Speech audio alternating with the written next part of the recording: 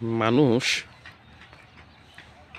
সকালবেলা উঠে বা ভোরে উঠে যতটা না নিজের শরীরের উপর গুরুত্ব দেয় তথা ব্যায়ামের জন্য এদিক সেদিক দৌড়াদৌড়ি করে, শারীরিক কসরতগুলো করে, আমার মনে হয় না ফজরের নামাজের জন্য মানুষ এত বেশি চিন্তা করে।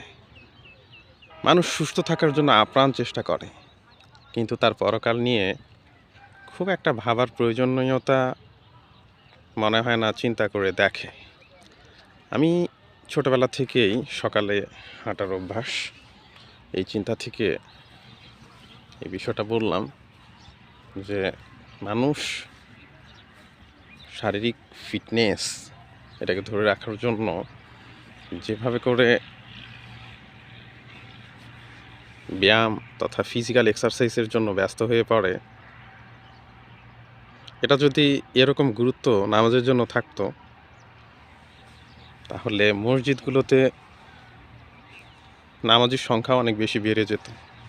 যেমনটা রাস্তাঘাটে এই এক্সারসাইজ করার মানুষকে দেখতে পাওয়া যায়। মসজিদে গেলে ফজরের নামাজের সময় দেখা যায় এক কাতারও ঠিকভাবে পাওয়া যায় না, অনেক সময় 2 জন 4 জন 5 জন এমন মুসল্লি থাকে।